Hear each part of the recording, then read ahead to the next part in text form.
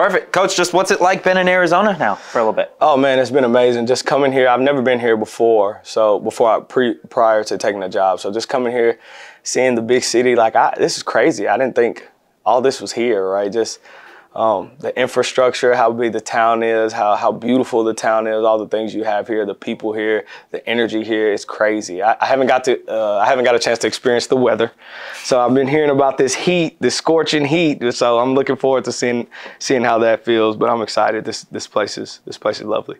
What was enticing about this job, coming from a guy that was in the NFL? The vision. So I had no aspirations. I was listening to college offers, but I wasn't really sure I was going to take a college job. I was enjoying the challenge of being in the NFL, and obviously Sean McVay is a brilliant mind. He's a wizard, and being around Thomas Brown, the assistant head coach there, those are guys that I'll look up to for the rest of my career. Those guys I've talked to since I've been here. Just being around those guys was amazing. But when Kenny called me and we got a chance to finally connect, and to hear his vision for me, and hear his alignment with my goals was invaluable. He talked about, our first conversation talked about how he understood, he's done his research and understood that I wanted to be a head coach very young, and coming from a guy who's gotten his first head coaching job very young. I mean, him saying, hey, I want to help you do that. I want to help you be the youngest head coach in the country faster than I am. You know, I want to allow you to be a part of the passing game, the everyday play call, and I want to allow you to experience some of these responsibilities. Just to hear his vision for me, I mean, I slept on it a couple nights, right? And then I remember waking up a night that I just couldn't sleep, and it was weighing heavy on my heart, and I was like, I got to do this. You know, it's aligned with my goals. I got in this thing, my ultimate goal is to be a college head coach, and I want to do it sooner than later.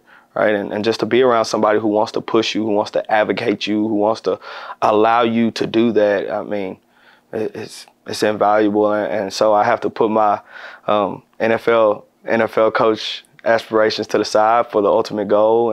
And just being here, I knew this was the right decision. Like being here in these past few days, the past few weeks, being around the staff, being around Kenny, you know, I prayed about it, and it was the right decision. Of course, I want to ask you about a couple of relationships that you have. Obviously, BC, right? You guys, on just the banter you guys have on social media is funny, but obviously that extends far beyond that. Just what's it been like for you guys now to be almost a recruiting duo here?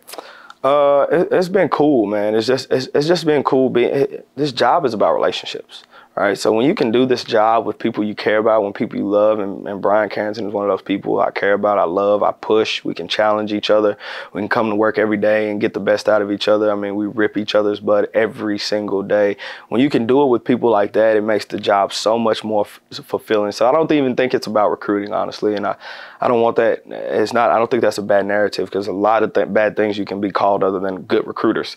But I think it's about the relationship, and you've seen what we've done in recruiting in these past few weeks, and I think it's a testament to the relationship this whole staff has together.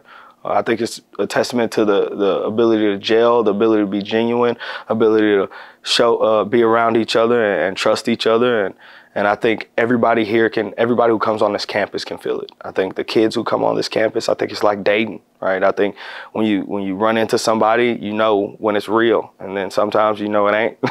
So I think that's the feeling it's been here, and to be able to do this with Brian, the coach here with Brian, to be able to, him getting his first start here, being able to challenge him, because I know he's older, but it's like this is his time getting into it. It's been, and I couldn't trade it for the world.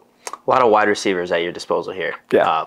Most notably, probably Elijhah Badger, a guy who really came on last year. What have you seen from a guy like that in terms of how good he can be moving forward to this season? Oh, the possibilities for Elijah is endless. I talked to him yesterday and just told him, man, I'm going to challenge you every day, and we're going to get our suits ready early for the Biletnikoff, because, I don't see anything less for you. You know, he can sink, he can get in and out of breaks, he can catch the ball, he can make guys miss. I think the wide range of crazy traits he has is going to transfer to the NFL. And I told him the great thing about it, I've sat in those rooms with those GMs and heard what they want, the ability to make contested catches and the ability to do so many different things. I think Elijah's going to have a chance to bring all those things into fruition this year. And my job as a coach is to be able to challenge him mentally and physically to be consistent. Because if he can be consistent, he can be the same guy every single day. we're going to have some fun this year. 100%. One thing that I have seen from you just on social media is the relationship that you have with your dad. I saw the game stuff that happened over the course of the last couple of weeks. Just, I guess, what does your dad mean to you, and then what has he been like, I guess, in this process for you? He's my hero. He exemplifies what a coach is like. I mean, my dad has taken 3 2-win programs to 10-win programs in under 3 years. He's the most winningest Black African-American coach in UIL history. He's done it, and he didn't do it for the chance to be flashy. He didn't do it for for recognition. I mean, he spent so much time pouring into kids, pouring into families, pouring into people, creating relationships that nobody probably knows about, and he didn't know that was going to help him be successful. He did it because that's what he believed was right. He helped kids because that's what he believed was right. He was a father to kids because they needed one. He exemplified everything that I learned a man should be, and which is doing things because it's the right thing to do. Doing things because people need you to do it, and doing things because it helps you be a better person. Like I said, I can go all day, but just my relationship with my dad and just watching him finally get one, because, man, all the work he's done, all the pouring into people he's done, man, he deserves it over the past 40 years of coaching. He's coached for 40 years, and, that was his one goal. You give out so much and you only want one thing back. And even if he didn't get it, I think he'd be fine. But just knowing he finally got it, man, it's a joy for me that I can never explain. How do you think that relationship has shaped you as a coach? Oh, it shaped me as a coach, a person, a man. It's just, like I said, it allows me to challenge guys as hard as I can challenge them, and it come from the right place. My dad is from the old school, the traditional coach way, where you just tell somebody what to do and they don't question it. There was no social media back then, so you didn't know any better. So whatever they told you, you probably believed.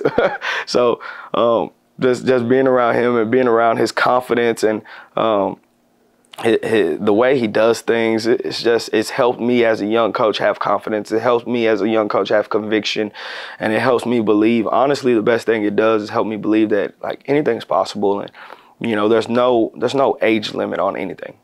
People like to put an age limit on it, and that's how I've been able to break barriers, just because I never believed it.